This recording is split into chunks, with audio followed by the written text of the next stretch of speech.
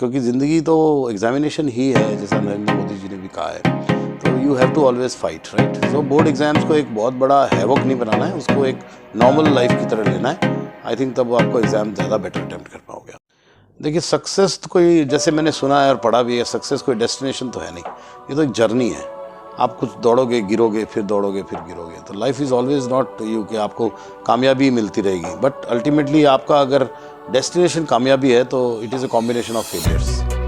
2024 के अंदर जो न्यू एजुकेशन पॉलिसी आ रही है, उसमें बहुत सारे वोकेशनल कोर्सेज होंगे बच्चों के लिए, जो 6th ऑनवर्ड बच्चों को पढ़ने पड़ेंगे। एक एनवायरनमेंट होगा, किसी बच्चे को फाइन आर्ट्स चाहिए, उसको फाइन आर्ट्स मिलेगा, किसी को इलेक्ट्रॉनिक्स में आगे जाना है। तो बच्चा बहुत पहले से, और पेरेंट्स भी बहुत पहले से डिसाइड कर सकता है कि आगे बच्चे का करियर क्या बनना है। ये मेरा ऐसा सोचना है। बहुत बढ़िया सिस्टम आ रहा है। नमस्कार, आज TIN नेटवर्क के कॉफ़ी विद मेंटोर में आपका स्वागत है।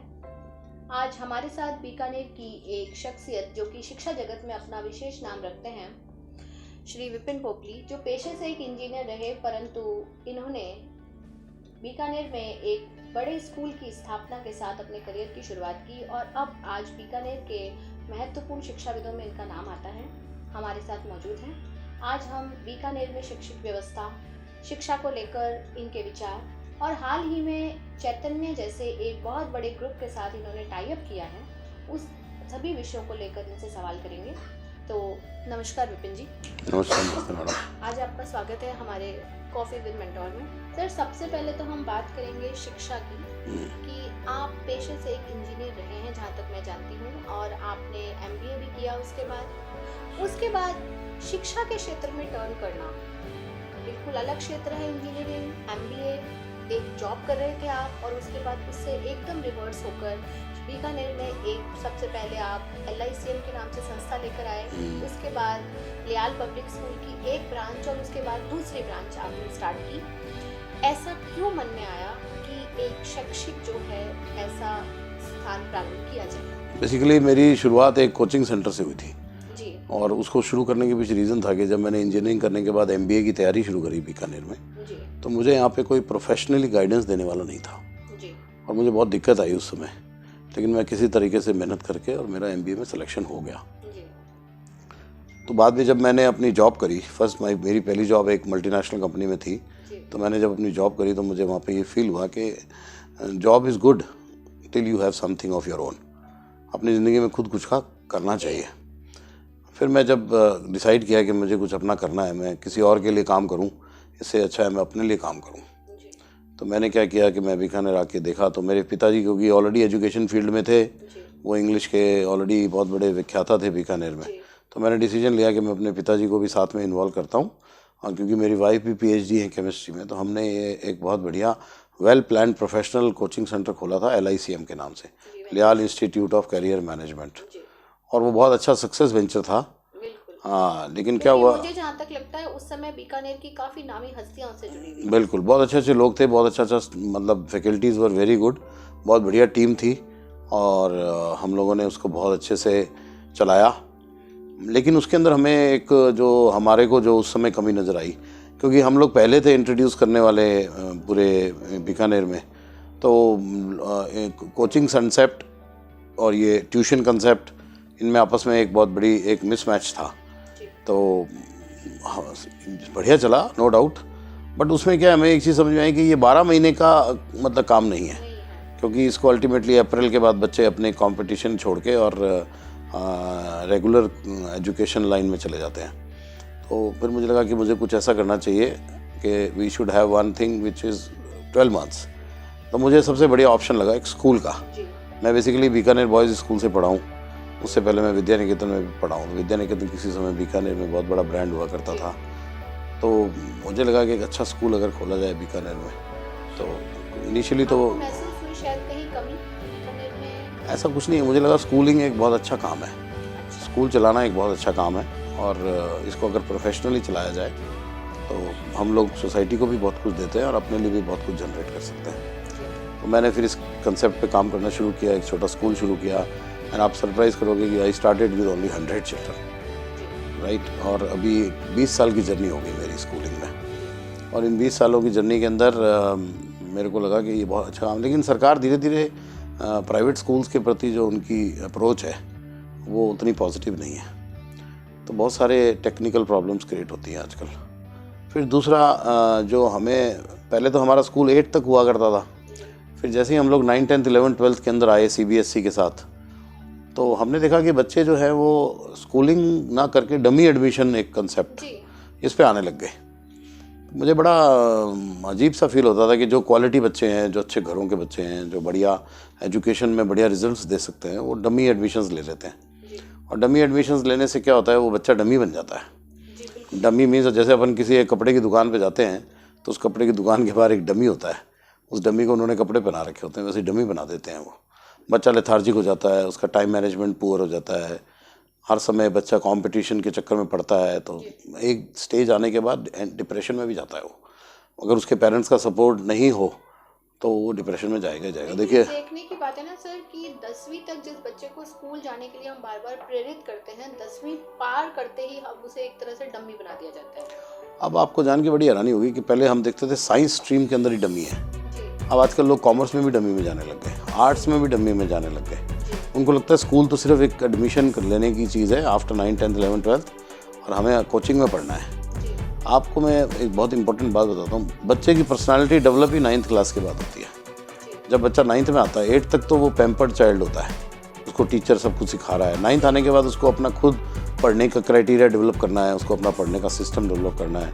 और 9th में आते ही पेरेंट्स को लगता है कि इसको अब कहीं डमी में, आजकल लोग आपको जान के हैरानी होगी, कोटा में 6th ऑनवर्ड्स भी बच्चे आजकल डमी पढ़ रहे हैं। तो ये मुझे तो बड़ा अजीब लगता है, फिर स्कूलिंग का तो कोई बेनिफिट ही नहीं है। जबकि स्कूल आपको सिर्फ पढ़ाई नहीं देता, स्कूल आपको एक पर्सनालिटी देता है, एक एनवायरनमेंट देता है, एक आपको एक रेगुलरिटी बनती है। वैसे ही आजकल लोगों के 1 या 2 ही बच्चे होते हैं, उसके अंदर भी वो उसको डमी कर देते हैं, घर बिठा देते हैं। तो this is not the right approach. Ultimately at the end of the day उसका सोशल कनेक्ट ख़त्म, उसका रेस्पेक्ट का पार्ट भी ख़त्म। टीचर्स की जो रेस्पेक्ट करता है, टीचर की रेस्पेक्ट नहीं करेगा बच्चा तो घर जाके माँ बाप की भी नहीं करेगा।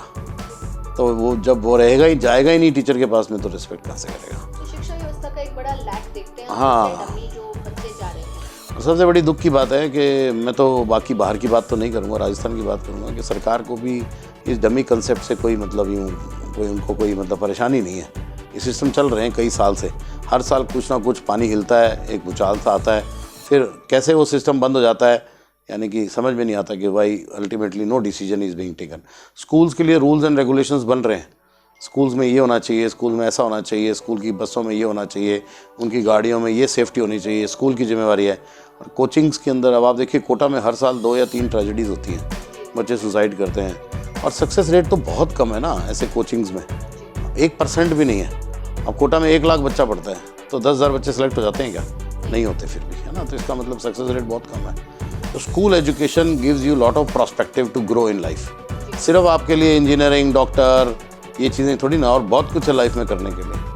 अब जैसे हमारे स्कूल से बहुत सारे बच्चे दिल्ली यूनिवर्सिटी में पढ़ रहे हैं, उनका बिल्कुल प्रोस्पेक्ट चेंज हो चुका है। आपकी बार इंदौर के अंदर एक यूनिवर्सिटी है बहुत बढ़िया, वहाँ भी बहुत सारे CUT का जो ये कंसेप्ट लॉन्च किया है सेंट्रल गवर्नमेंट ने, वो बहुत बढ़िया कंसेप्ट है। उसके अंदर बच्चे अलग अलग बड़ी बड़ी यूनिवर्सिटीज़ में जाएंगे, वहाँ जाके पढ़ेंगे, एनवायरनमेंट चेंज होगा, एक्सपोजर मिलेगा, है ना, कंप्यूटर फ्रेंडली होंगे। आप साउथ में देखिए ना, साउथ के अंदर लोग कितने ग्रो, अभी हमारे बड़ी बड़ी अमेरिकन कंपनीज़ के CEO इंडियंस ही तो हैं, they are all from south, because उनका कंसेप्ट बहुत क्लियर है, perspective is very clear, focused है वो लोग। और हमारे यहाँ पे तो बहुत कन्फ्यूजन है ना। तो सर 100 बच्चों से शुरू किया था आपने, 100 से अब इस समय कितने बच्चे लगभग आपके इंस्टीट्यूट में हैं? देखो, we have 2 schools, one in Jain and Vyas colony और अनदर इन नियर गढ़सीसर। तो अभी हमने अपना गढ़सीसर वाले स्कूल का तो व्यास कॉलोनी में अराउंड 800 to 900 चिल्ड्रन आते हैं, गढ़सीसर में अभी अराउंड 1500 चिल्ड्रन आते हैं। हाँ, अभी हैं। तो सर इस जर्नी में क्या परिवर्तन देखने को मिलेगा? परिवर्तन किस हिसाब से जाना चाहते हो आप? मैं परिवर्तन जानना चाहती हूँ कि एक छोटे स्कूल के अंदर जब आप RBSE को देख रहे थे, RBSE चला रहे थे, फिर आप एकदम CBSE में आए, तो क्या परिवर्तन आपको शिक्षा व्यवस्था में? सबसे पहले तो आपकी ब्रांडिंग बढ़ती है, जी, आपकी सोच बढ़ती है। आप CBSE स्कूल खोलते हो तो आपका पूरा दायरा बदल जाता है, क्योंकि अभी हम RBSE स्कूल भी चला रहे हैं, CBSE स्कूल भी चला रहे हैं। क्या RBSE से ज़्यादा CBSE को-करिकुलर एक्टिविटीज़ वगैरह पे ज़्यादा ध्यान प्रेफर करते हैं ना पेरेंट्स। जी, बेसिकली क्या है, RBSE के जो पेरेंट्स हैं ना, वो अवेयर नहीं है, ना वो अवेयर है, ना सिस्टम अवेयर है, तो उसके कारण कुछ नहीं कर सकते। सीबीएसई में एक्टिविटी बेस्ड, अभी जो 2024 के अंदर न्यू एजुकेशन पॉलिसी आ रही है उसमें vocational courses, integrated courses 6th onwards, जिसके अंदर बच्चे को अगर इलेक्ट्रॉनिक्स का सब्जेक्ट लेना है तो 6ठी क्लास से मिलेगा उसको। सर इसमें मैंने सुना है कि जो नई एजुकेशन पॉलिसी आ रही है, मैंने कहीं थोड़ा सा पढ़ा था कि इसमें बच्चा म्यूजिक और साइंस ऐसे 2 स्ट्रीम्स भी एक साथ ले सकता है। मैं तो आपको बड़ा टिपिकल एक कॉम्बिनेशन बताऊँ आने वाले टाइम के अंदर कि एक बच्चा मैथ्स भी ले रहा है, वो इकोनॉमिक्स भी ले रहा है, वो पॉलिटिकल साइंस भी ले रहा है, एक बच्चा बायोलॉजी ले रहा है, वो पॉलिटिकल साइंस ले रहा है और इकोनॉमिक्स ले रहा है। कुछ भी कॉम्बिनेशन अलाउड होंगे अब। तो इससे क्या फर्क पड़ेगा? बहुत बढ़िया फर्क। आपकी दृष्टि में इससे क्या परिवर्तन है? मैं इसको बहुत पॉजिटिव मानता हूँ। कारण क्या है, बच्चा जब कॉम्पिटिशन्स देने जाता है, सपोज ही उसका इंजीनियरिंग और मेडिकल में हो गया या नहीं हुआ, और मान लो कल उसको सिविल सर्विसेज फाइट करनी है या उसको आरएएस फाइट करना है या कोई एसएससी फाइट करना है, तो एक होलिस्टिक नॉलेज होती है जिससे आपको इकोनॉमिक्स की भी नॉलेज है, आपको ज्योग्राफी की भी नॉलेज है, आपको साइंस की भी नॉलेज है। इस तरह से क्या होता है कंपटीशन के अंदर, वहाँ पे ये नहीं डिमार्केशन नहीं होता कभी भी कि भाई कॉम्पिटिशन, दायरा बढ़ जाएगा, बिल्कुल बढ़ जाएगा, उसकी सोच बढ़ जाएगी, उसके पास नई नई अपॉर्चुनिटीज़ आएंगी, नई नई फील्ड्स के अंदर एक्सप्लोर कर सकता है वो। सिर्फ एक लिमिटेड इंजीनियरिंग, मेडिकल और चार्टर्ड अकाउंटेंट, ये लिमिटेड जो हमारे जो सोसाइटी के अंदर एक रेपुटेटेड जॉब्स है ना, उनसे बदल के और बहुत कुछ है दुनिया में। मतलब आप इसको बहुत पॉजिटिव, मैं बहुत पॉजिटिव लेता हूँ इसको। बच्चे को हमेशा आदमी को प्रैक्टिकल अप्रोच से ही पढ़ाना चाहिए, ये थियोरेटिकल अप्रोच काम नहीं करती है। चल रहे थे आपके दोनों स्कूल, बहुत अच्छे जा रहे थे, फिर एकदम एक सडन डिसीजन चैतन्य के रूप में आप लेकर आए, बीकानेर में एक नई सोच लेकर आए, तो ये क्या आपका क्या इसके पीछे लगता है? देखो इसके अंदर बहुत बड़ी रीज़न है, 2024 में जो न्यू एजुकेशन पॉलिसी आ रही है उसको एक हम प्लान करें अपने स्कूल में और एक कॉर्पोरेट प्लान करें, दोनों चीज़ों में बहुत फ़र्क है, राइट। हमारी प्लानिंग का एक दायरा है, हमारी भी एक सोच है, एक लिमिटेशन है, लेकिन चैतन्य एक बहुत बड़ा कॉर्पोरेट ग्रुप है, 16,000 करोड़ का, 16,000 करोड़ का ग्रुप है, जिसके अंदर 800-900 तो एकेडमिक लोग हैं जो पूरी कोर्स की प्लानिंग करते हैं, उनकी खुद की बुक्स होती हैं, हर लेवल के बच्चे के लिए प्लानिंग है उनके पास, level 1, level 2, level 3, right. Level 1 means एक बच्चा जो इसको बेसिक पढ़ाने की ज़रूरत नहीं है, यस, और इस तरह से वो हर बच्चे का लेवल इंक्रीज़ भी करते हैं। तो हमने चैतन्य के बारे में मैंने और मेरी वाइफ ने पूरा स्टडी किया,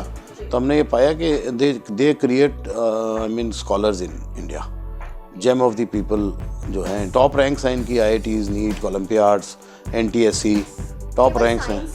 नहीं, कॉमर्स में इवन अब ये IAS अकेडमी खोल रहे हैं लोग, इन लोगों ने अपनी IAS, yes, they have already started their IAS academy in Delhi as well as in Hyderabad, and already चला रहे हैं लोग। तो आप समझ लीजिए IAS अकेडमी तक पहुंच गए, तो ये आगे क्या क्या कुछ भी फील्ड को कवर करेंगे ना, because important is not there, एक जगह दो जनों का दिमाग काम करता है, एक जने 800 लोगों का काम करता है, राइट। कॉर्पोरेट्स का एक, और दूसरा सबसे बड़ी बात है, आने वाला समय कॉर्पोरेट्स का ही है, बड़े बड़े स्कूल्स आएंगे, देखना आप हर जगह आएंगे, वो टाटास भी आएंगे, बिरलास भी आएंगे, अंबानीज भी आएंगे, तो हम उनके साथ मैच आउट नहीं कर सकते क्योंकि उनके पास फंड मैनेजमेंट बहुत बड़ा है, प्लस उनके पास में कैलिबर भी है, उनके पास में टैलेंट भी है, वो टैलेंट हायर कर लेते हैं।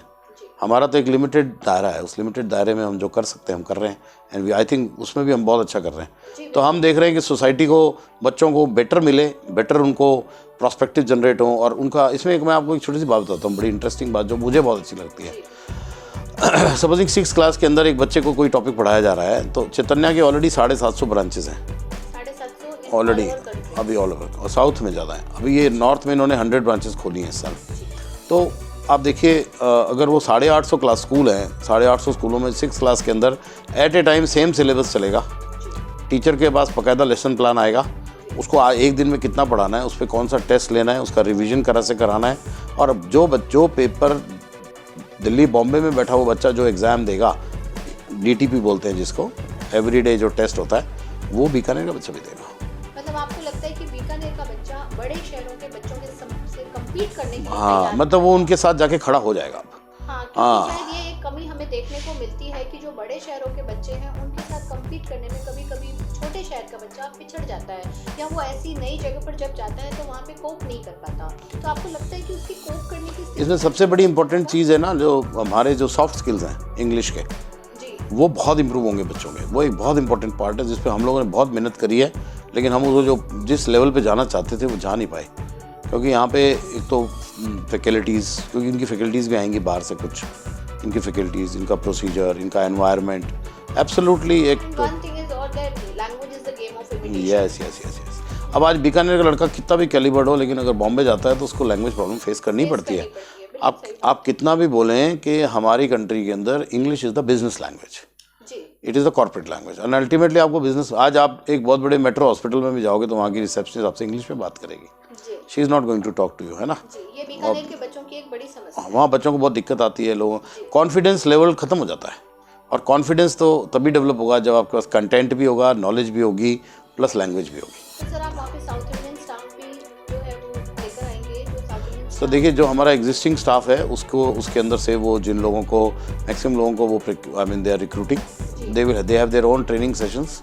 उनका एक अभी 2 घंटे का ट्रेनिंग सेशन तो ऑलरेडी हो चुका है जूम पे। वो तैयार करते हैं। हाँ बिल्कुल बिल्कुल, वो अपने सिस्टम के हिसाब से लोगों को ढालेंगे, और जो लोग ढल जाएंगे वो दे विल सर्वाइव, सिंपल सी बात है। Plus they will add some good more faculties from outside also, right, ताकि बीकानेर के बच्चे को बाहर ना जाए। Yes yes. अभी जैसे उनकी प्रिंसिपल ने ज्वाइन कर लिया हमारे यहाँ पे, हारिका मैम ने, उनका एक रीजनल हेड है मिस्टर चंद्रशेखर, उन्होंने ज्वाइन कर लिया। हाँ, they are already working with Shri Chaitanya group from last 2 to 5 years and as a principal. So they know all the system of working, and they know all the system of handling the staff, how to interact with parents, how to give the best to the students, how to make them speak good English in the school, right? जो आजकल parents की भी demand रहती है ये कि हमारा बच्चा इंग्लिश बोले, चाहे घर में वो बच्चा घर जाके मारवाड़ी बोले, लेकिन स्कूल में इंग्लिश बोले, और वो उसका तो, लेकिन उसके लिए आपने को टोटालिटी से चेंज करना पड़ेगा। स्कूल में बच्चा रहता है 6 से 8 घंटे, और टोटल दिन घंटे होते हैं 24 घंटे। अब उसके बाद उसका एनवायरनमेंट अगर चेंज कर दोगे आप बार बार, वो कंफ्यूज्ड माइंड होगा वो। सो वो सारा सिस्टम ये लोग डेवलप करते हैं। Even the teachers have to speak to, teachers को कंपल्शन होगा कि बच्चों के साथ वो इंग्लिश में बात करें, और बच्चों को आपस में भी बात करने में कंपल्शन होगा। ये सारे इनके सिस्टम का पार्ट है। ये थोड़ा समय लगता है हर चीज़ को समझने में, अडेप्ट होने में। So I think within 6 to 8 months people will understand. You will be surprised to know that there is a very good response from market. People are excited. लोग देखो आजकल तो सबके पास गूगल है, तो ये गूगल बाबा सबको फुल नॉलेज देता है।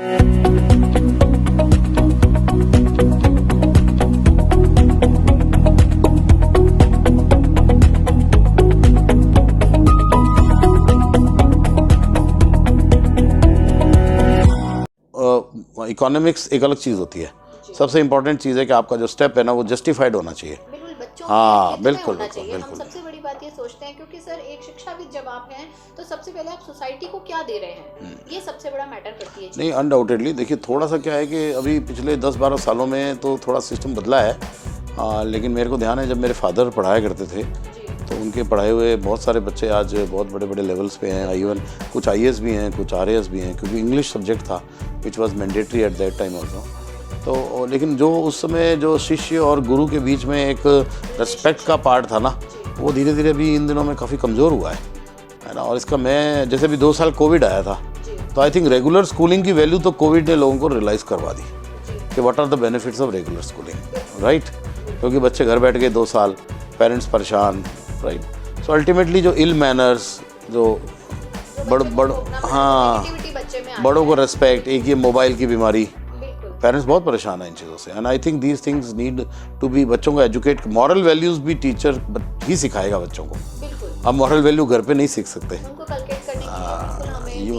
Yes yes yes, because you know teacher is a preacher, this is my personal feeling. एक टीचर बच्चे को सिर्फ पढ़ाने के अलावा उसको एक सोसाइटी के प्रति क्या उसकी भावना होनी चाहिए, बच्चे की पॉजिटिव अप्रोच, बड़ों की कैसे रिस्पेक्ट करते हैं, ये सब टीचर ही सिखाता है। अब ये चीज़ अगर बच्चे घर पे ही सीख ले होते तो फिर स्कूल होते ही नहीं। तो school education has its value, और ये चीज़ अभी 2 साल में लोगों ने कोरोना पीरियड में रियलाइज़ करी। ये लोग हमारे पास जब आके अपनी पर्सनल प्रॉब्लम्स बताते हैं ना, कि हमारे बच्चे हमारी बात नहीं सुनते हैं, दे आर नॉट, मोबाइल नहीं छोड़ते हैं, तो हमें बड़ा सरप्राइज फील होता है कि अब लोगों को लग रहा है कि नहीं, the child should go to school, because teachers can only, वो एक डायरेक्शन चेंज करनी होती है। हर बच्चे में कैलिबर है, हर बच्चा इंटेलिजेंट है, हर बच्चा शेप देनी पड़ती है ना। मिट्टी होती है, मिट्टी को जैसे एक मटकी बनाने वाला शेप देता है। Yes yes yes yes yes yes. तो आई थिंक एजुकेशन लेवल वैसे भी अब बढ़ने वाला है। 2024 के अंदर जो नई एजुकेशन पॉलिसी आ रही है, अगर उसको प्रॉपरली अडेप्ट करते हैं टीचर्स, मैं तो ये मानता हूँ कि जो यंग जनरेशन के टीचर्स हैं, they are really, I mean वो जल्दी ग्रो करेंगे। इसमें टीचर को कंप्यूटर फ्रेंडली भी होना पड़ेगा, उसको जूम पे पढ़ाना भी आना चाहिए। यस यस यस, पूरा हर चीज़ का you have to change with time. वो कहावत है कि अगर आप अपने आप को नहीं बदलोगे तो दुनिया आपको बदल देगी। Very simple. बीकानेर के बच्चों के लिए आगे भविष्य में और क्या करने की इच्छा है? अभी देखिए, अभी तो क्या है कि ये स्टेप अभी हमारा चल रहा है ऑलरेडी, थिंग्स आर गेटिंग, तो अभी 5-6 महीने तो अभी हम इसी में लगे हुए हैं। अब बहुत कुछ है करने के लिए, अभी तो lot of fields are there. अभी बीकानेर में you need a very good college also, there is no college environment is there. आप दिल्ली यूनिवर्सिटीज़ में जाके देखिए लोग कितना एंजॉय करते हैं, पढ़ते भी हैं, एंजॉय भी करते हैं, कैरियर भी बनाते हैं, बच्चे बहुत कुछ सीखते हैं, है ना। तो वो एनवायरनमेंट अभी बीकानेर में आया नहीं है, तो we need good colleges, graduation colleges, professional colleges, right. So we will surely work in some other field also, we will grow. I mean देखिए क्या होता है कि stagnant water always gives bad smell, है ना। तो मेरा ऐसा मानना है कि कुछ ना कुछ करेंगे, लेकिन एक बार क्या है, पहले इस प्रोजेक्ट को जिसको अभी हमने लिया है श्री चैतन्या को, इसको क्योंकि you know it is our baby ना, तो हमारे को लगता है कि हमारा पूरा कंट्रीब्यूशन रहना चाहिए इसको सक्सेस बनाने में। जस्टिफाई तो करना ही पड़ेगा अपने डिसीजन को, और हो भी जाएगा, हो रहा है, because the kind of response we are getting from the market, I think we are very happy. Sir, एक इतर सवाल करना चाह रही हूँ, क्योंकि शिक्षा तो सबसे ज़्यादा जो है सोशल सर्विसेज में आती है, शिक्षा से बड़ा सोशल सर्विस कुछ नहीं है, लेकिन इसके अलावा भी आप समाज के लिए बहुत सारे काम करते रहते हैं। मैं चाहती हूँ कि हमारे जो सुनने वाले हैं उन्हें आप उनके बारे में थोड़ा सा बताएं। देखो ये सब क्या है, जो मेंटल पैरामीटर्स होते हैं ना, एज के साथ चेंज होते हैं। पहले आदमी एक हायरार्की पढ़ी थी, मैंने MBA में जब मैं मैनेजमेंट कर रहा था, उसमें एक मैस्लोज हायरार्की ऑफ नीड होती है। वो कहता है कि सबसे पहले आदमी अपनी रोटी के लिए काम करता है, जब उसकी रोटी फुलफिल हो जाती है तो वो परिवार के लिए काम करता है, फिर जब परिवार के होता है तो वो थोड़ी सुख सुविधा देखता है। हर आदमी की हायरार्की यही रहती है ना। फिर वो देखता है कि भाई मेरे पास एक गाड़ी हो, बंगला हो, ये हो, वो हो, जो भी है, मतलब हर आदमी की अपनी अपनी सोच है। फॉरेन ट्रिप्स करूँ, मैं इधर जाऊँ उधर जाऊँ, है ना। फिर जब उसको लगता है कि नहीं, अब एक ऐसा समय आ गया कि मुझे अब मेरे को जो समाज ने या सिस्टम ने दिया है वो मुझे उसको रिवर्ट बैक करना है, तो आई थिंक तो कोई ऐसा नहीं है, और बहुत लोगों ने बहुत कुछ किया है। हाँ, हमारी वाली तो कंट्रीब्यूशन बहुत छोटा है। अभी थोड़े दिन पहले मैं सोनू सूद की इंटरव्यू देख रहा था इस पे, आपकी अदालत में, तो अगर आप उसका कंट्रीब्यूशन सुनो तो हमारा तो कुछ भी नहीं है ना। आगे और क्या बीकानेर के लोगों के लिए किसी और फील्ड में कुछ करने की इच्छा है? हाँ, देख बीकानेर में, देखो बीकानेर के बारे में मैं इतना जानता हूँ, हर आदमी की देखो अपनी सोच है।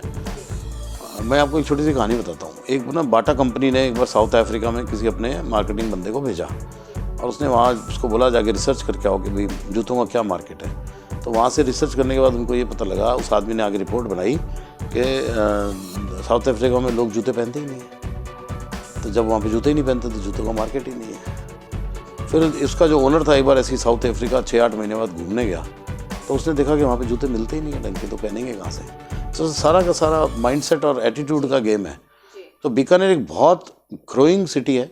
आने वाले टाइम में ऐसा नहीं है, अब लोगों के पास में people, you see the dining, अभी आप देखो मैक्सिमम जितने भी रेस्टोरेंट्स हैं, कोई समय होता था यहाँ रेस्टोरेंट्स होते ही नहीं थे। आज मेरे हिसाब से बीकानेर में मोर देन 500 रेस्टोरेंट्स आते हैं, और सारे भरे रहते हैं, और सैटरडे संडे को तो आपको जगह ही नहीं मिलेगी।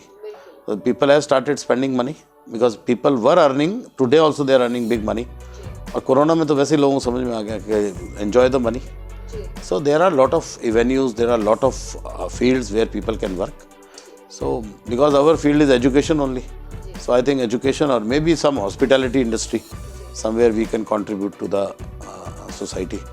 So we will plan it out accordingly. But you know आदमी की जो mental chemistry होती है वो हर 3-4 महीने में change होती रहती है। तो आज मैं आपको बोलूँ कि मैं ये हम लोग ये करेंगे वो करेंगे, तो मे बी 3-4 months के बाद मेरा ओपिनियन कुछ और हो। तो अभी तो स्कूल के कई बच्चे, आपके स्कूल के कई टीचर्स, हमारे कई आपके जानने वाले इसको सुन रहे होंगे, उनके लिए क्या कहना चाहिए? हाँ, मैं टीचर्स के लिए तो ये बोलूँगा कि उनके लिए बहुत अच्छी अपॉर्चुनिटी है। सबसे पहले टीचर्स के लिए बोलूँगा कि उनको ऐसा नहीं सोचना चाहिए कि उनके लिए कोई इनसिक्योरिटी का फीलिंग है। उनके लिए एक बहुत अच्छी अपॉर्चुनिटी है, क्योंकि अब वो एक ब्रांड के साथ जुड़ रहे हैं। उसका मैं आपको उनको बेनिफिट बताता हूँ। जैसे ही कोई टीचर चैतन्या में अपॉइंट होगा तो उसकी एक आईडी जनरेट होगी। सो सपोजिंग उसके हस्बैंड का ट्रांसफ़र होता है यहाँ से and he goes to Chandigarh, तो उसको कुछ नहीं करना है। उसको yes, they have provident fund, they have ESI, PF and everything. So आपकी एक सिक्योर्ड जॉब जनरेट हो रही है, right. Plus you are going to learn. आपको जितना आता था ऑलरेडी आता था ना, उससे ज़्यादा तो आप अभी इतना अच्छा, मैक्सिमम ऑफ द टीचर्स, बुरा नहीं मानना चाहिए मेरी बात का, पढ़ते नहीं हैं घर जाके। उनको लगता है हमें सब आता है। This is the main problem. ये तो टीचर के लिए कहा ही ही जाता है सर, अगर 2 घंटे की क्लास या आधे घंटे की क्लास लेनी है तो 2 घंटे पहले पढ़ना पड़ेगा।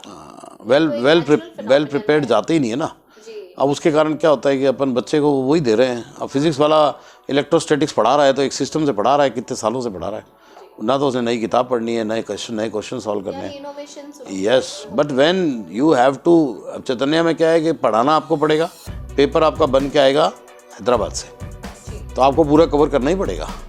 और अगर उसमें आपको कोई नई चीज़ मिलेगी, कंटेंट भी आएगा वहाँ से, तो टीचर विल ऑल्सो इम्प्रूव, आपका लेवल बढ़ेगा।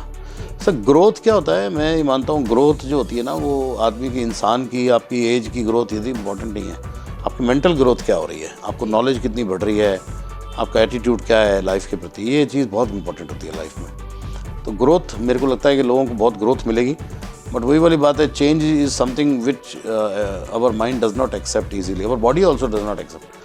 आप अगर अभी बीकानेर में रह रहे हो और यहाँ पर टेम्परेचर 20-22 डिग्री है और सडनली आपको -22 में भेज दें, तो ऑब्वियसली आपको जुकाम भी लगेगा, खांसी भी आएगी, ब्रीदिंग प्रॉब्लम भी होगी।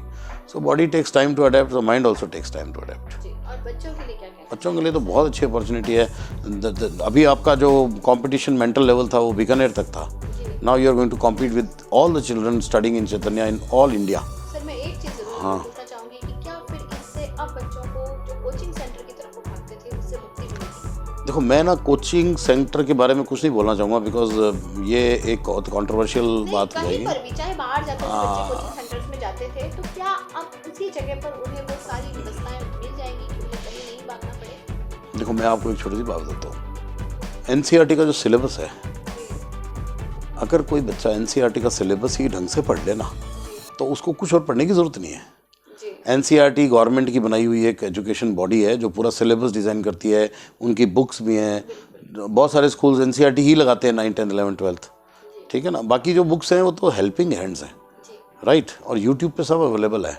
तो अगर प्रॉपर स्कूलिंग हो, प्रॉपर स्कूल में टीचर्स हो, प्रॉपर गाइडेंस हो, कंपटीशन इजीली क्रैक होता है। कंपटीशन को हमने क्या एक बहुत बड़ा हैवक बना दिया, उसको एक भय का पार्ट दे दिया है ना, कि ये कंपटीशन है, मुझे एग्ज़ाम देना है। आपको जान के रहने होगी, बहुत सारे बच्चे हैं उनको बुखार हो जाता है जब एग्ज़ाम आते हैं, तो पेरेंट्स को भी हो जाता है साथ में। जी बिल्कुल। तो बच्चों के लिए सर एक संदेश? नहीं, उनके लिए मेरे को एक ही संदेश है कि life itself is an examination, you have to fight every day.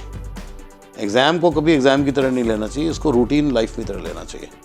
And CBSE exam बिल्कुल सिर पे आ रहे हैं, बिल्कुल बिल्कुल बिल्कुल। तो ऐसी स्थिति में बच्चे जो हैं वो उसको इतना टेंशन में न लें और अपना जो काम है वो करते रहें। थोड़ा सा पेरेंट्स को भी मैं समझाना चाहता हूँ कि बोर्ड की तरह, I mean don't take it as a tension. बच्चे को क्या नॉर्मल रूटीन, उसको टीवी नहीं देखने देते, बंद कर देते हैं। कई लोग तो इंटरनेट वो बंद कर देते हैं, वो कौन सा डिश टीवी का कनेक्शन ही हटा देते हैं, केबल कनेक्शन। मेरे एक ऐसे हैं 2-3 फ्रेंड्स, हटा देते हैं वो। तो मैंने कहा यार, बच्चे को आधा घंटा एंजॉय करने के लिए चाहिए, 15-20 मिनट उसको फिजिकल वर्क भी चाहिए। बहुत ज़्यादा एक ट्रॉमा में या किसी ऐसी उसके अंदर एक बहुत जैसे उनके ऊपर बर्डन है, उस बर्डन में जी रहे हैं। मैं बच्चों को एक जरूर बोलना चाहूँगा, एग्ज़ाम में एंटर करने से पहले कभी भी उनको अपने दोस्तों के साथ कुछ भी डिस्कस नहीं करना चाहिए। पहली बात, आप जाइए एग्ज़ाम दीजिए, और एग्ज़ाम ख़त्म होने के बाद भी नहीं करना चाहिए। कारण, क्योंकि आपका अगला एग्ज़ाम है, आप डिस्टर्ब हो जाओगे। तो आपने जो कर दिया वो तो चेंज नहीं, result is not going to change ना। So it is not good to discuss कि आपने क्या किया, तूने इसका जवाब क्या लिखा। दीज थिंग्स आर लिटिल, इससे क्या है बच्चे के अगले आगे के एग्जाम्स ख़राब हो जाते हैं। ये एक छोटा सा मैसेज मैं बच्चों को देना चाहूँगा कि उनको बोर्ड एग्जाम्स को पहले तो बोर्ड एग्जाम्स की तरह नहीं लेना चाहिए, उनको एक नॉर्मल एग्ज़ाम की तरह लेना चाहिए, right. Go with cool mind, exam दीजिए जैसे नॉर्मल लाइफ में एग्ज़ाम देते हैं। ज़िंदगी रोज़ एग्जामिनेशन ही है, रोज़ ही नई चीज़ आती है। प्रधानमंत्री मोदी ने भी यही, जब अपनी मन की बात की तो उन्होंने भी यही कहा था कि जीवन से बड़ा एग्जाम कोई भी नहीं है। तो फिर ये छोटे मोटे एग्जाम से घबराने की जरूरत नहीं है। हम भी अपने चैनल के माध्यम से बच्चों को यही कहना चाहेंगे कि चूंकि सीबीएसई एग्जाम आ रहे हैं, उनसे घबराने की जरूरत नहीं। सीबीएसई, आरबीएसई या जो भी तरह के एग्जाम है, घबराने की जरूरत नहीं है। उस देखो, आप अगर आपके पास एक कंसाइज नॉलेज है, आपने पढ़ रखा है और अच्छे से हाथ से लिख के प्रैक्टिस की हुई है, तो आप, मैं तो कह रहा हूँ, एग्जाम से 1-2 घंटे पहले अब रिलैक्स हो जाना चाहिए। Go to the exam in a relax way, attempt your exam and come back and do not discuss with anybody. ना तो पेरेंट्स को बच्चे से पूछना चाहिए कैसा हुआ, हाँ भाई ठीक हो गया, इट्स ओके। जब रिजल्ट आएगा तो you will come to know ना। So it is better not to unnecessarily create an environment जिसमें बच्चा घबराए, आप भी घबराओ, पेरेंट्स को घबराए, और पेरेंट्स को लग रहा है बोर्ड एग्जाम है। ऐसा क्या है, वो घर में हम खुद ही एक एनवायरनमेंट ऐसा बना देते हैं जैसे बच्चा भी घबराता है, माँ तो ज़्यादा ही घबराती है ना, और फिर फादर को भी लगता है कि भाई मेरे बच्चे के एग्ज़ाम है तो, है ना। तो बहुत सारी एक एंग्जाइटी लेवल डेवलप हो जाता है पूरी फैमिली में। So take it as a normal, because ये तो स्टार्टिंग है। 10th का बोर्ड है, चाहे 12th का बोर्ड है, उसके बाद कॉम्पिटिशन ही कॉम्पिटिशन है लाइफ में।